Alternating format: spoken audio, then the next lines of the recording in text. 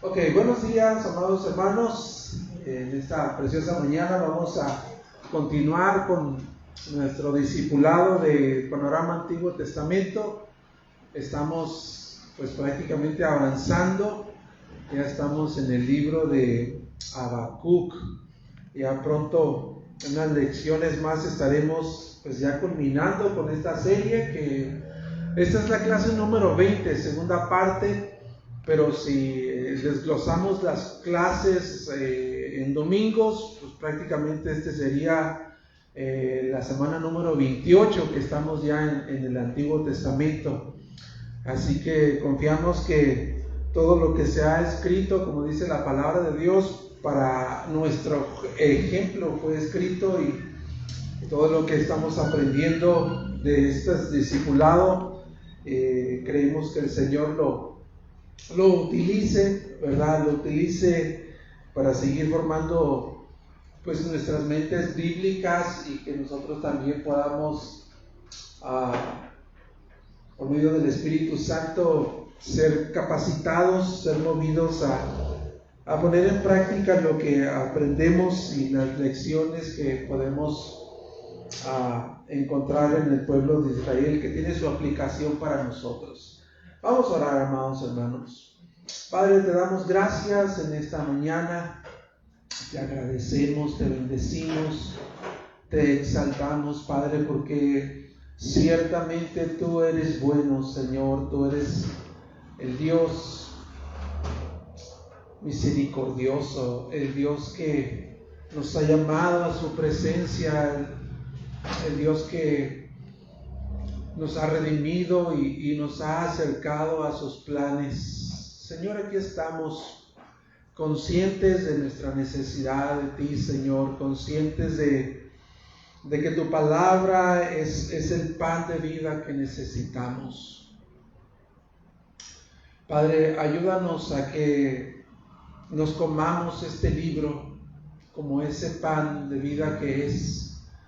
Y a medida que comamos este libro, también seamos capacitados, Señor, para poder ser sorprendidos, poder ser, Señor, capturados por tu Espíritu Santo, y que tu palabra, Señor, pueda hacer lo que nosotros no podemos hacer, Señor. Gracias. Bendice a los que estamos aquí y permite que durante el transcurso de la clase otros se puedan añadir. Lo pedimos en el nombre de Cristo Jesús. Amén. Bueno, amados hermanos, abran sus Biblias en el libro de Habacuc. Libro de Habacuc. Entonces, esta es la clase número 20, segunda parte. Y vamos a iniciar con el contexto. Dame la siguiente, Chely, por favor, amor. Dame la siguiente. Vamos a empezar con el contexto para poder entrar en la escena de lo que vamos a ver. Dame la siguiente. Okay. Dice: Habacuc profetiza poco antes de Nahum, a finales del siglo VII antes de Cristo. Israel, que es el reino del norte, ya ha ido cautivo por los asirios, y Judá, que es el reino del sur, permanece aún de pie. Habacuc se enfoca en el deterioro moral y espiritual de Judá. Para entonces, pues en ese entonces estaba reinando el rey Josías, que la Biblia relata que había muerto trágicamente, fue acribillado. Y en su lugar tomó su hijo Jocás, que fue nombrado por el pueblo. Sin embargo, él duró muy poquito tiempo porque fue quitado a la fuerza y fue puesto su hermano Josías en su lugar. Sin embargo, este rey pues los llevó cada vez más a la tiranía, los llevó cada vez más a practicar la idolatría. Y en ese contexto, el libro de Habacuc registra un diálogo entre Habacuc y Dios. El tema de ese libro es un poco largo, hay las lecciones en su... Dame la siguiente, Chelo, por favor. En su manual tiene un tema pues bastante largo, ¿no? Pero a ver si lo podemos acortar un poco. una vez viendo la lección. Dice: Dios es soberano sobre las acciones de los malvados, porque en su maldad sirven a sus propósitos. Dios no está acusado por el mal mismo, porque ellos serán juzgados por su propia maldad a su debido tiempo. Por tanto, el pueblo de Dios debe esperar pacientemente, confiar en Dios y adorarlo. Prácticamente ese es el tema que vamos a ver en este libro. Entonces, como he dicho, el libro de Habacuc revela un diálogo que tiene Habacuc con Dios. Y para poder entender el mensaje del libro, pues tenemos que ir a ese diálogo, al desarrollo de ese diálogo o esa conversación que tiene Habacuc con Dios. Entonces vamos al primer punto rápidamente, Entonces, en este diálogo que tiene Habacuc con Dios, respecto al contexto en el que se está viviendo en Judá, el reino del sur, Habacuc hace una primera pregunta a Dios y le dice: ¿cuánto tiempo durará esta violencia? ¿Cuánto tiempo durará esta violencia? Vamos a leer ahí Habacuc capítulo 1 del versículo 1 al 4. Sígueme con tu vista. Dice: oráculo que tuvo en visión el profeta Habacuc. ¿Hasta cuándo, oh Señor, pediré ayuda y no escucharás? Clamo a ti violencia, sin embargo, tú no salvas. ¿Por qué me haces ver la iniquidad y me haces mirar la opresión? La destrucción y la violencia están delante de mí. Hay rencilla y surge discordia. Por eso no se cumple la ley y nunca prevalece la justicia, porque el impío asedia al justo, por eso sale pervertida la justicia. Esa es la primera interrogante o la primera denuncia que tiene Habacuc hacia Dios. Dame la siguiente, Cheli. Entonces, este diálogo está en forma como de preguntas de denuncia de Habacuc hacia Dios por el proceder de Dios para con Judá. Y el libro de Habacuc es algo inusual, ¿no? Es algo diferente en cuanto a los demás libros, porque el libro de Habacuc en sí no maneja una profecía o un discurso público que va directamente al pueblo, sino es este diálogo que él tiene con Dios. Una serie de preguntas que están en forma de denuncias que Habacuc le hace a Dios por su proceder ante el pueblo, ante la aparente, y digo aparente porque parece ser que así es, por la aparente contradicción del carácter de Dios, que es justo y que es santo. Pero también estas preguntas que se formula a Habacuc tienen que ver también con una lucha interior que él tenía acerca de su fe en el Dios del pacto, este Dios que es justo, que es santo, y que cómo podía estar obrando de la manera que estaba obrando al ver el contexto en el que estaba Judá, el reino del sur. Y por lo tanto, de alguna manera, él tenía una lucha interna en su fe hacia este Dios. Entonces, la primera denuncia de Habacuc al pueblo, más bien a Dios, es: el impío prospera sobre el justo. Esa es la primera denuncia que hace en esta conversación entre Habacuc y Dios. El malo prospera sobre el justo. Habacuc estaba muy afligido.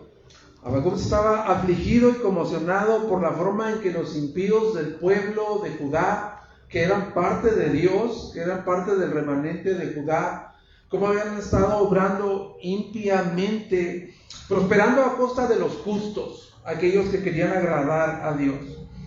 Esos, dice Habacuc, que ellos rechazaban la ley de Dios,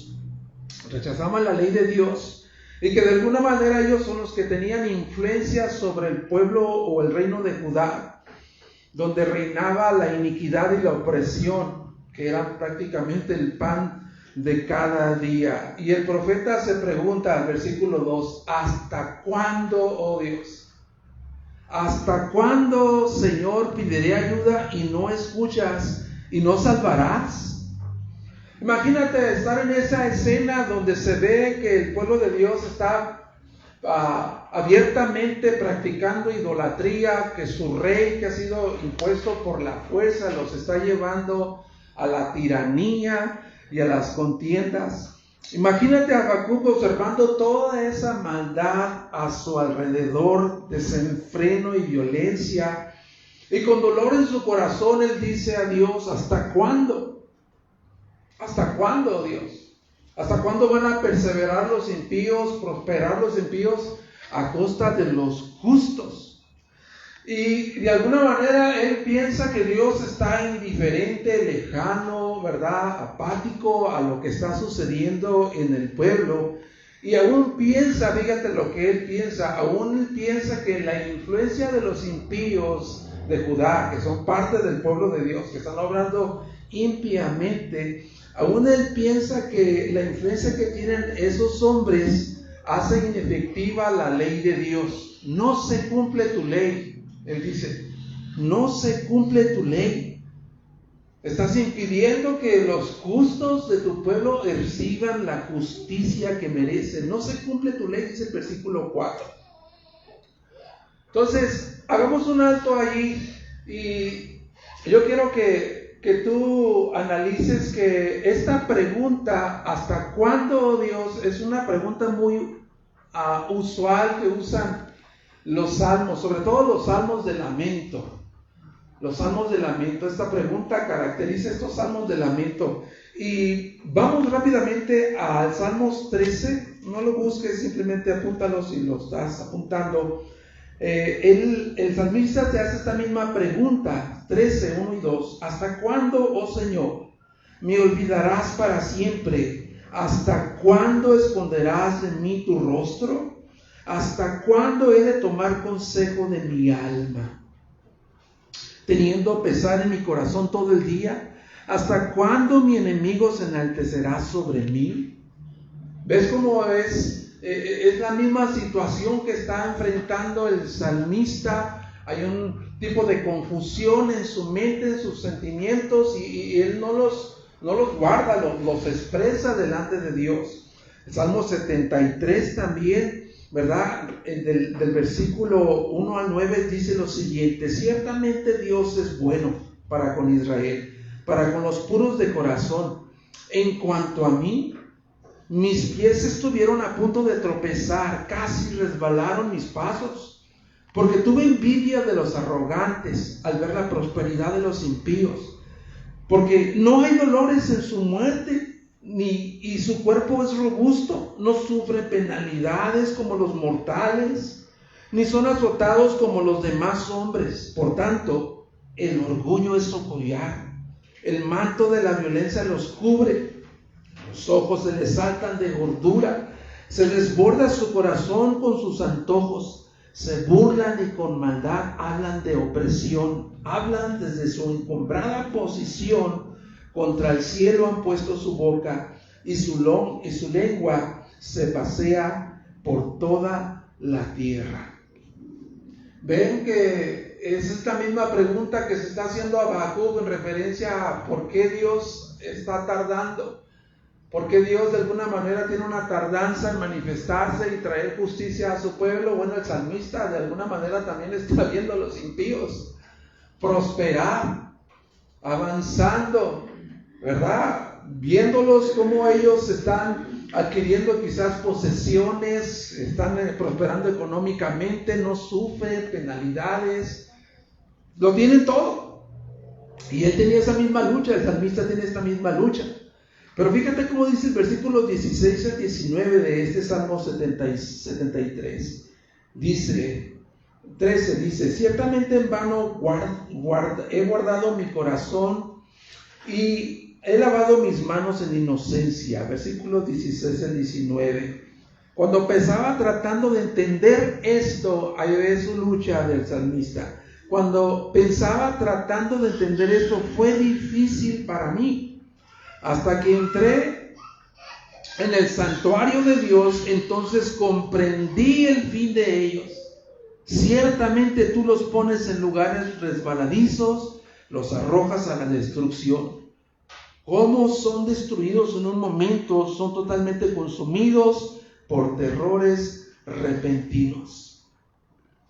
Entonces, él luchaba con eso, le era difícil entenderlo, cómo el impío prosperaba y el justo aparentemente estaba estancado.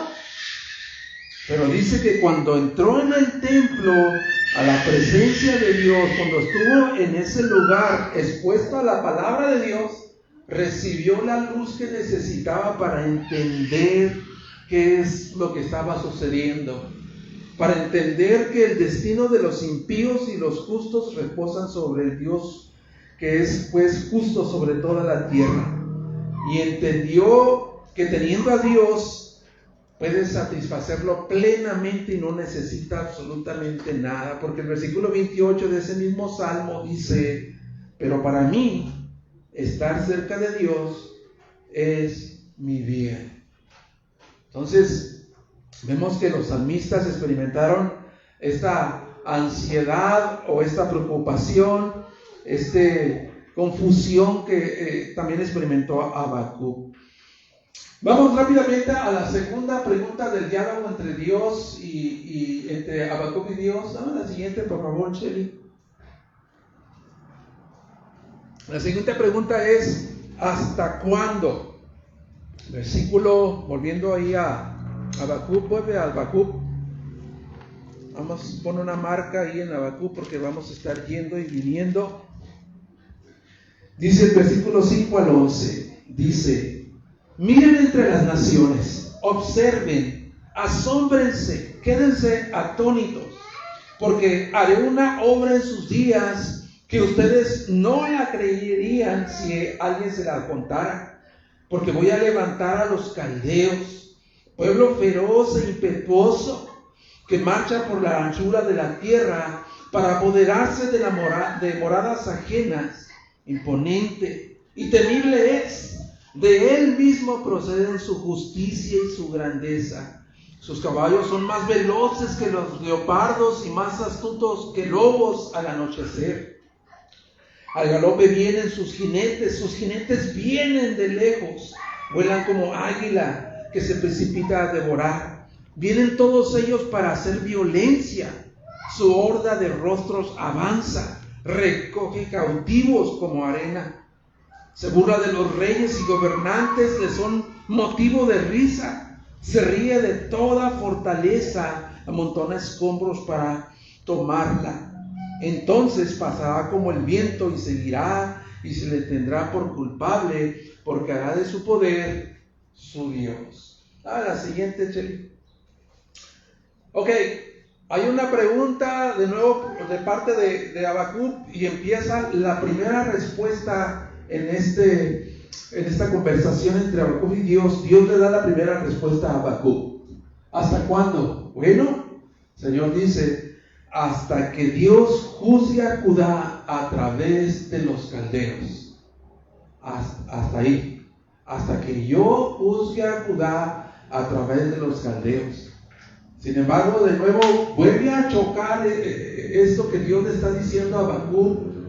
Vuelve a chocar con Habacuc, y Dios dice: bueno, ¿por qué una nación impía, Dios? ¿Por qué vas a utilizar a los malvados, a los impíos? Y también lo que revela la respuesta de Dios, que durante la queja o la denuncia de parte de Habacuc, Dios ya estaba obrando. Él estaba preocupado, Habacuc estaba preocupado porque el pueblo de Dios, el reino de Judá, estaba perdido. Su rey los había llevado a practicar abiertamente la idolatría. Ellos estaban siendo un pueblo tirano, había muchas contiendas, el impío prosperaba sobre el justo. Y de nuevo Dios le dice a Habacuc: mira, yo tengo un plan. En lo que tú has estado hablando acerca de cómo está la condición de Judá, yo estoy preparando a los caldeos. Entonces, aparentemente para Habacuc Dios estaba quizás distraído, distante, ocupado, indiferente, pero Dios les dice: mira, yo estoy trabajando. Yo voy a levantar a los caldeos. Y es impresionante, hermanos, es impresionante cómo Dios le place usar lo que le place usar para mostrar su voluntad y muchas veces también como para traer una corrección y disciplina. Y cuando nosotros vemos a estos caldeos, también llamados babilónicos, cuando los vemos, las características de este ejército malvado, simplemente leamos el 8 y el 9. Fíjate las características de este ejército. Sus caballos son más veloces que los leopardos y más astuto que lobos al anochecer. Al galope vienen sus jinetes vienen de lejos, vuelan como águila que se precipita a devorar. Vienen todos ellos a hacer violencia, su horda de rostros avanza, recoge cautivos como la arena. Imagínate, Dios está levantando este ejército feroz de los caldeos para disciplinar a su propio pueblo. Guerreros dispuestos, que están como lobos dispuestos a devorar sus presas. Dios está preparando un pueblo así, de esa manera. Dice que ellos se mofan, se ríen de los reyes y de sus fortalezas, dice, se ríen.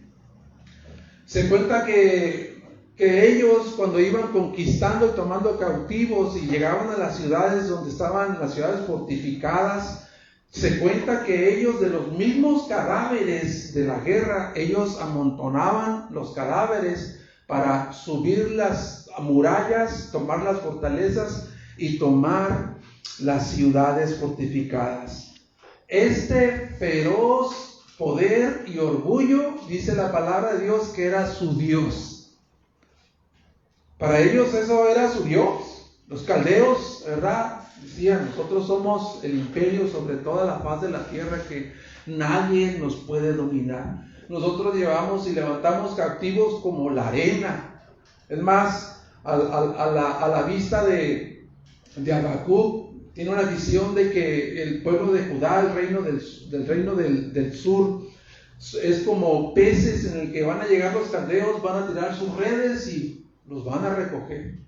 Así Dios les da una visión de este tipo a Habacuc.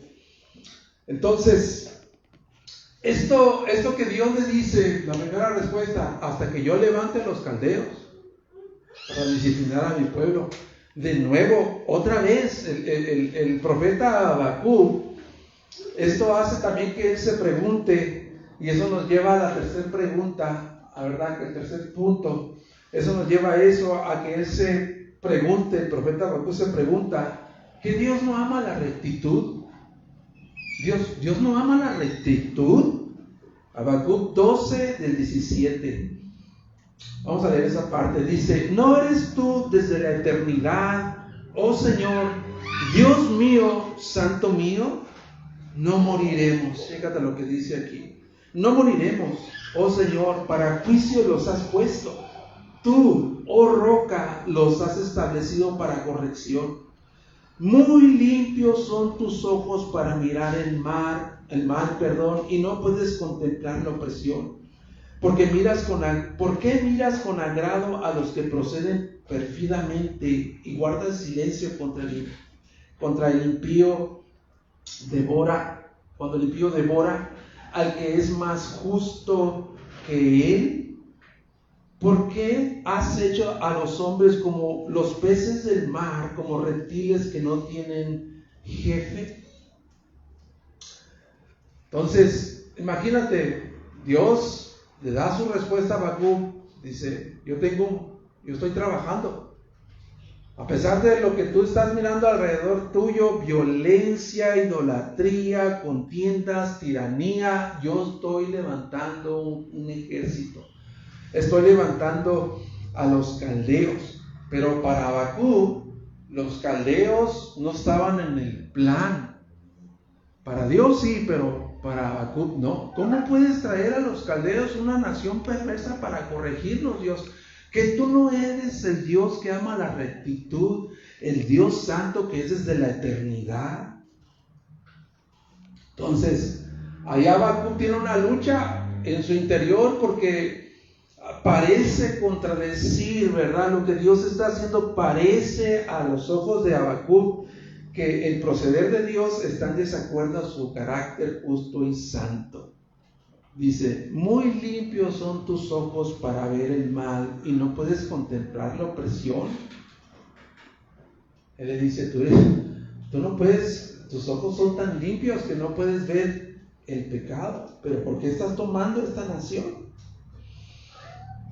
Entonces, Habacuc tiene esta visión de que los van a venir a recoger como peces en el mar, cuando el pescador tira una red y los recoge, que son capturados, que son llevados en las redes de los perversos invasores, que son los caldeos. Vamos a detenernos ahí. Y yo quiero que te hagas una pregunta en esta mañana.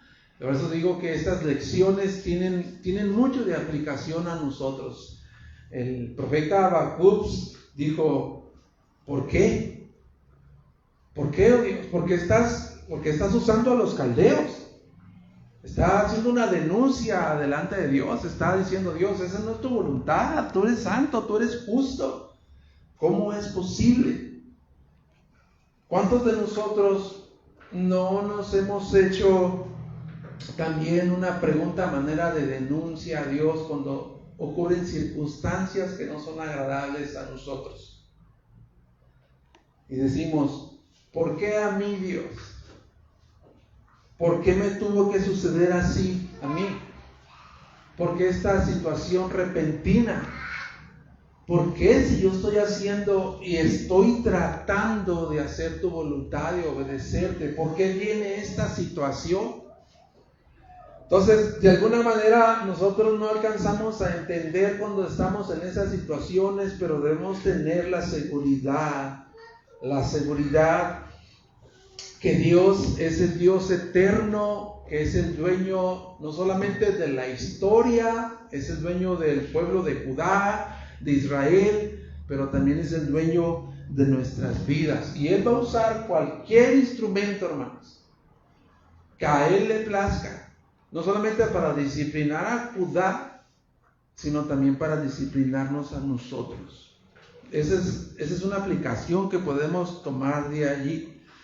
Y aunque Habacuc no podía entender ese plan de Dios, no lo tenía tan claro, pues también nosotros, ¿verdad? En ocasiones no podemos entender el obrar de Dios, pero lo que sí podemos imitar de Habacuc es decir, bueno, Dios es fiel y guardará las promesas a su pueblo. El versículo 12 dice que Él tiene fe. Muy limpios, dice, ¿no eres tú desde la eternidad, oh Señor, Dios mío, santo mío? No moriremos, dice Él. Él tiene esperanza, Él tiene fe, Él tiene esperanza en el Dios del pacto que ha dicho, ustedes son mi especial tesoro, yo tengo un plan para ustedes que inició con Abraham, yo le estoy dando continuidad a ese plan. Él dice, no moriremos. Entonces, ahí empieza Habacuc posiblemente a ver ya con los ojos de la fe las circunstancias que hay alrededor del reino de Judá. Y más adelante dice Habacuc, el justo por la fe vivirá. Entonces, ¿qué es lo que hace a partir de ahí Habacuc? Dame la siguiente, Amor, por favor. ¿Qué es lo que hace Habacuc a partir de allí? Habacuc es paciente y confía en Dios. Vaya al versículo 1 del capítulo 2. Dice: estaré en mi puesto de guardia y sobre la fortaleza me pondré. Velaré para ver lo que Él me dice y que he de responder cuando sea reprendido. Habacuc dice: voy a ser paciente. Voy a esperar en Dios. No moriremos. Voy a esperar en Dios. Él hace una pausa a su interrogatorio ante Dios, que era pues muy angustioso, y toma la determinación de esperar en Dios. Y viene la segunda respuesta de Dios. Dame la siguiente, Shelly. Viene la segunda respuesta de Dios a la denuncia de Habacuc, y Él le dice: mira, escribe la visión de la destrucción de Babilonia. escribe esta visión de la destrucción de Babilonia. Versículos del 1 al 4, capítulo 2, dice, del 2 al 4, dice: entonces el Señor me respondió: escribe la visión y grábalo en tablas para que corra el que la lea, porque es aún visión para el tiempo señalado. Se apresura hacia el fin y no defraudará. Aunque tarde, espérala, porque ciertamente vendrá y no tardará. Vendrá y no tardará. Dios le dice a Habacuc: mira, agárrate unas tablas y escribe la visión que te estoy mostrando, que viene la destrucción de los babilónicos, de los caldeos. Ponle unas tablas para que sea de alguna manera preservado mi mensaje y transmitido. Y aunque tome tiempo en cumplirse, le dice Dios a Habacuc, aunque tome tiempo en cumplirse, da por hecho que tiene la garantía del sello del juez de toda la tierra, que su cumplimiento se aproxima. Su cumplimiento se aproxima. Y en esa visión Dios revela tres cosas. Y vamos a ir a la primera. Vamos a la primera. La primera es que el justo por fe vivirá. Dame la siguiente, che. Esta visión revela tres cosas. El justo por la fe vivirá. Eso es lo que dice el versículo. El justo por la fe vivirá. Así que el orgulloso, dice el versículo 4, en él su alma no es recta, mas el justo por su fe vivirá. Ese es un versículo, una frase de un versículo que está en el Nuevo Testamento, que nosotros los hemos acuñado, que lo conocemos, pero lo interesante de que este versículo aparezca en el Antiguo Testamento es de que ya desde el Antiguo Testamento ya había esta idea de que la justicia de Dios es solamente por la gracia de Dios. Vamos a ir a ese contexto. El contexto de esta palabra, por fe vivirá, el contexto de esta palabra quiere decir o significa: el justo por su fidelidad vivirá. El justo por su fidelidad vivirá. Y esto implica una completa dependencia en Dios, una confianza perseverante, que aún en medio de que la tierra esté sujeta a maldad, a destrucción y a violencia, este justo por su fidelidad, por su confianza en Dios, a pesar de lo que esté ocurriendo alrededor de él, va a vivir. Y Pablo hace esa referencia entonces en Romanos 1:17. De pronto ahí a Romanos 1:17. ¿Hay alguien que se lo sabe de memoria ese versículo? Yo me lo sabía, pero se me olvidó. Dice: porque en el Evangelio la justicia de Dios se revela por fe y para fe, como está escrito: mas el justo por la fe vivirá. El apóstol Pablo está citando a Habacuc. El apóstol Pablo está citando a Habacuc para referirse entonces que la justicia de Dios en Cristo es imputada o puesta a la cuenta de todo aquel que cree. Entonces eso nos lleva a nosotros a decir que la justificación es exclusivamente, la justificación se recibe exclusivamente por la fe en Cristo. Y esta forma de justificación ya era conocida en el Antiguo Testamento, en los labios del profeta Habacuc. Gálatas 3, 6, 7, por citar otro texto. Gálatas 3, 6, 7 dice: así Abraham creyó a Dios y le fue contado como justicia. ¿Ves? Abraham creyó y le fue contado por justicia, dice. Por tanto, sepan que los que son de fe, ahí estamos nosotros. Estos son los hijos de Abraham. Entonces, la totalidad de la vida cristiana, de principio a fin, se vive en confianza y en dependencia a Dios, que justifica por gracia al pecador, desde un inicio hasta el final. Siempre la justificación de Dios en Cristo Jesús será por gracia. Siempre será por gracia. Nunca podemos ganarla nosotros. Nunca podemos ganarla nosotros. Un último versículo que está en Hebreos 10. Y este versículo está interesante. Hebreos 10, 38 y 39. Fíjate cómo dice 10, 38 y 39. Más mi justo vivirá por la fe. Otra vez Habacuc. Y si retrocede, mi alma no se complace en él. Pero nosotros, fíjate cómo dice, pero nosotros no somos de los que retroceden para perdición, sino de los que tienen fe para preservación del alma. Y aquí es algo, aquí vamos a detenernos, porque aquí este versículo revela algo, hermanos. Que todo aquel que ha creído exclusivamente por la fe en Cristo Jesús ha recibido la justificación de parte de Dios por la gracia. Y ese tipo de fe en la justificación que es en Cristo Jesús es desde el principio que tú conoces al Señor Jesucristo hasta el final, cuando el Señor te llame a su presencia, a vivir en una completa dependencia y confianza en Dios. Y si retrocediere, no agradará mi alma. Entonces, la fe en la justicia de Dios en Cristo no da marcha atrás. Nosotros no somos de los que retrocedemos. El que ha creído y permanece fiel, permanece constante.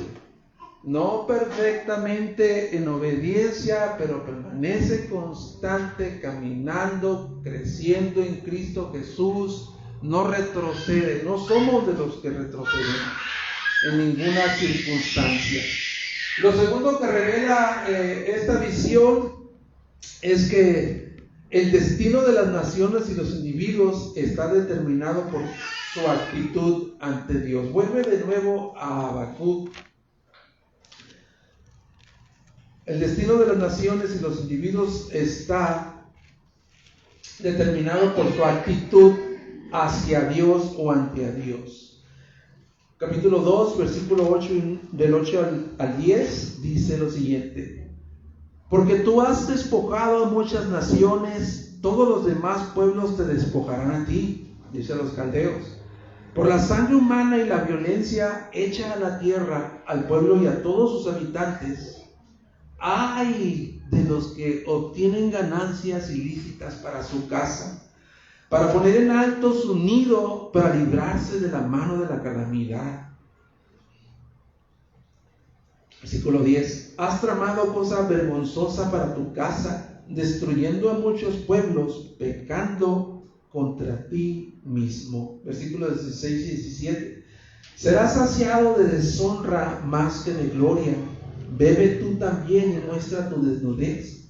Se volverá sobre ti la copa de la diestra del Señor y la ignominia sobre tu gloria, porque la violencia contra el Líbano te cubrirá y el exterminio de las fieras te aterrará, a causa del derramamiento de sangre humana y la violencia que has hecho en la tierra, a la ciudad y a todos los que habitan en ella. ¡Wow!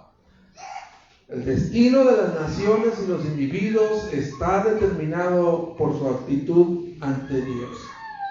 Y estos juicios proféticos que pronuncia Habacuc son una clase de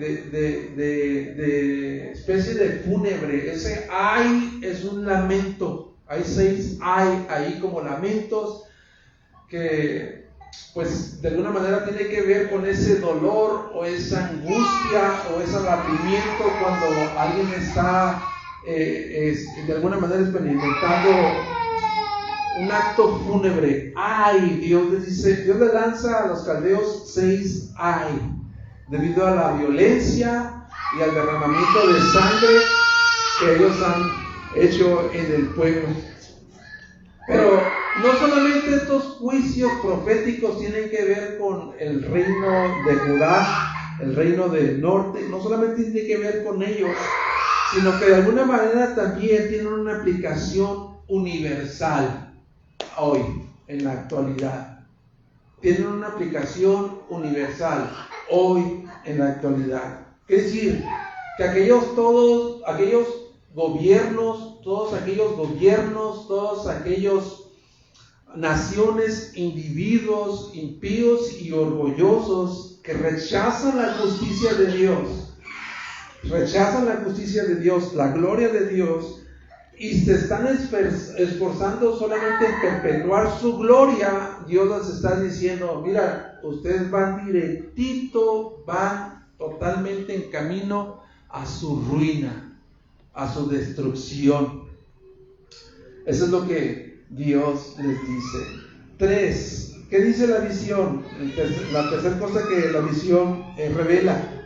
Dios está usando todas las calamidades, todas las cosas, aún las calamidades, para cumplir sus propósitos. Eso es lo que revela la visión que Dios le da a Habacuc. Cosas malas están sucediendo. Cosas malas y tremendas están sucediendo. La justicia de Dios está usando todas las cosas para cumplir sus propósitos, porque la Biblia dice que sus caminos son más altos que nuestros propios caminos. Y déjame decirte, Dios está usando todo lo que ocurrió en el pasado, todo lo que va a ocurrir en el presente y todo lo que va a ocurrir en el futuro, como dice el versículo 14 del capítulo 2. Ciertamente, dice Dios, la tierra se llenará del cumplimiento de la gloria de Dios como las aguas cubren el mar. Todo lo que ha pasado en el pasado, en el presente, en el futuro, Dios está reiterando su propósito de que toda la faz de la tierra será llena de su gloria, que no habrá ninguna pulgada cuadrada en este globo terráqueo, en este universo en el que Dios no manifieste su gloria. Eso es lo que Dios está diciendo. Él va a cumplir sus propósitos. Ahora, detente ahí. Y yo quiero que tú pienses en lo que estamos, en el mundo que estamos viviendo nosotros. Simplemente enciende el televisor para ver las noticias.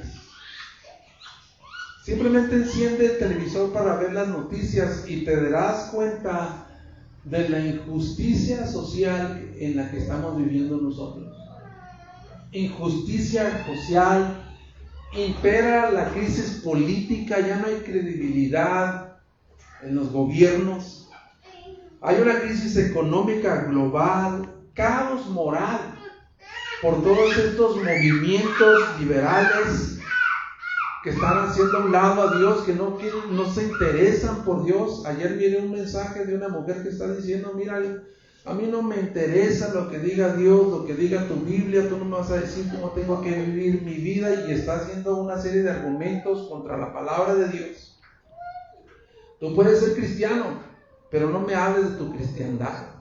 Este es el mundo que nosotros estamos viviendo, y por si faltara algo, hermanos, la pandemia que ya tiene más de un año y medio.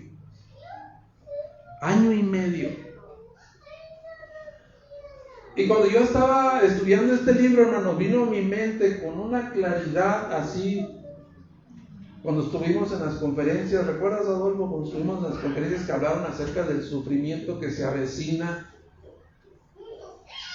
Que mucho cristiano no piensa en eso, de lo que se avecina, de lo que viene.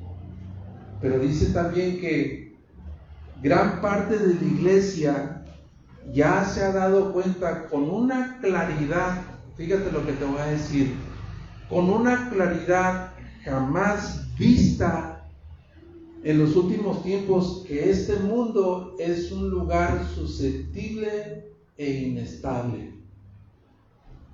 Si hay algo que la pandemia nos dejó saber a nosotros con más claridad, es que este mundo es un mundo susceptible e inestable. Y que Dios es inconmovible en sus planes. Eso es lo que hemos visto con mucha claridad, lo que ha traído esa pandemia. En Dios hay absoluta estabilidad. Dios no quiere decir con esto que nosotros no luchemos, que nosotros no nos aflijamos por las circunstancias que estamos viviendo. Ahí viene otra vez la tercera ola, esa que le llaman Delta, ¿no? Delta se llama. Y ya regresaron a semáforo rojo algunos municipios, entre ellos estamos nosotros. Otra vez, ahí viene eso. Ya no se sabe si van a regresar a la escuela los muchachos. Ahora está diciendo Obrador, ¿verdad?, que es una actividad esencial y tienen que regresar. Entonces, Dios, hermanos, Dios está utilizando todas las cosas para traer sus propósitos a la tierra. Que la tierra sea llena del conocimiento de Dios y de su gloria. Eso es lo que Dios está haciendo. Y por último, mientras tanto, hermano, mientras que Dios está usando todas las calamidades y todas las cosas que ocurren ayer, hoy y mañana, mientras tanto, ¿qué podemos hacer? Bueno, lo que hizo Habacuc. Dame la siguiente. Alabar, adorar y confiar en Dios. Capítulo 3, versículos 16-19. Ve Habacuc 3, 16-19. Oí, dice Habacuc, después de la respuesta de la visión que Dios le dio a Habacuc, dice Habacuc: oí y se estremecieron mis entrañas, a tu voz temblaron mis labios, entra podredumbre en mis huesos y tiemblo donde estoy. Y luego después fíjate que dice: tranquilo, espero el día de la angustia, al pueblo que se levantará para invadirnos. Wow. Aunque la higuera no eche brotes, ni haya fruto en las viñas, aunque falte el producto del olivo y los campos no produzcan alimento, aún, aunque falten las ovejas en el redil y no haya vacas en los establos, con todo yo me alegraré en el Señor, me regocijaré en el Dios de mi salvación. El Señor Dios es mi fortaleza. Él ha hecho mis pies como los de las ciervas, y por las alturas me hace caminar. Qué poderosa oración, hermanos, de veras. Qué poderosa oración de confianza en Dios que hace Habacuc en medio de la calamidad en el que él estaba viendo a su alrededor. Y en esta oración Habacuc nos enseña algo que estuvimos otra vez escudriñando los lunes, los líderes, aquí un libro que estamos escudriñando. Habacuc nos deja ver el profundo efecto que causó la visión o la palabra de Dios o la revelación divina de Dios sobre él. Dice: oí y se estremecieron, versículo 16, oí y se estremecieron mis entrañas, a tu voz temblaron mis labios. Oí y se estremecieron mis entrañas, dice. Las partes de mi interior se estremecieron. Y lo que estábamos viendo un libro, los líderes, los lunes, estábamos hablando acerca, ¿verdad?, de esta gran bendición que tenemos nosotros de poder tener las escrituras en nuestras manos, hermanos. Hay lugares donde no hay Biblias. Hoy hay lugares donde no hay Biblias, no puedes leer Biblias. Nosotros las tenemos. Y ese libro nos decía lo siguiente: perder, fíjate, como dijo Habacuc, a tu voz temblaron mis labios y se estremecieron mis entrañas. Hay una nota del autor de ese libro que estamos viendo que dice: perder la capacidad de asombro por la palabra de Dios es un lugar peligroso en que podemos estar. Perder la capacidad de asombro en la palabra de Dios. Es decir, que ya estamos tan habituados muchas veces a ir a la Escritura mecánicamente, superficialmente, religiosamente, que ya no le damos la preponderancia que tienen las Escrituras. La palabra de Dios, hermanos, la palabra de Dios no ha perdido absolutamente ni siquiera un gramo de su poder desde el principio en el que Dios habló su primera palabra en Génesis. No ha perdido absolutamente ni nada de su poder. Pero hay momentos en nuestras vidas que posiblemente estamos interesados en otras cosas, estamos entretenidos en otras cosas, que la palabra de Dios no es porque la palabra de Dios no tenga poder, sino que nosotros no estamos en disposición de recibir la palabra tal como ella es. Habacuc termina entonces asombrado por todas las respuestas que Dios le ha dado a todas esas preguntas angustiosas, y él puede descansar tranquilo. Dice: yo puedo descansar tranquilo porque los malvados, los impíos, están en las manos de Dios. Ese versículo es impresionante, hermano. Ya Dios le dijo a Habacuc: viene un ejército que sus caballos son como lobos dispuestos a devorar sus presas, que son como hombres pescadores que tiran la red y recogen como el polvo los cautivos, que levantan murallas con los cadáveres para tomar las fortalezas. Y Habacuc dice: tranquilo estoy en el día de la angustia, esperando al pueblo que se levantará para invadirnos. No, de verdad que esta oración es de otro mundo, es de otro mundo. Y puedo terminar con esto. Vamos a la siguiente. ¿Cómo puede estar Habacuc tranquilo en el sufrimiento? ¿Cómo? Porque Dios es su fortaleza, dice. Así termina el libro de Habacuc. Dios es su fortaleza. Entonces, parece ser como que estos profetas menores, ¿verdad? Pues simplemente es leerlos, ¿verdad? Entender lo que sucedió con el pueblo de Israel, pero tienen una gran enseñanza para nosotros, hermanos. Tienen una gran enseñanza para nosotros, porque el apóstol Pablo ya lo dijo: todas las cosas que se han escrito como ejemplo se han escrito para nosotros. Bueno, hermanos, con esto terminamos y vamos a dejarles sus 15 minutos de descanso. Bendiciones, amados hermanos.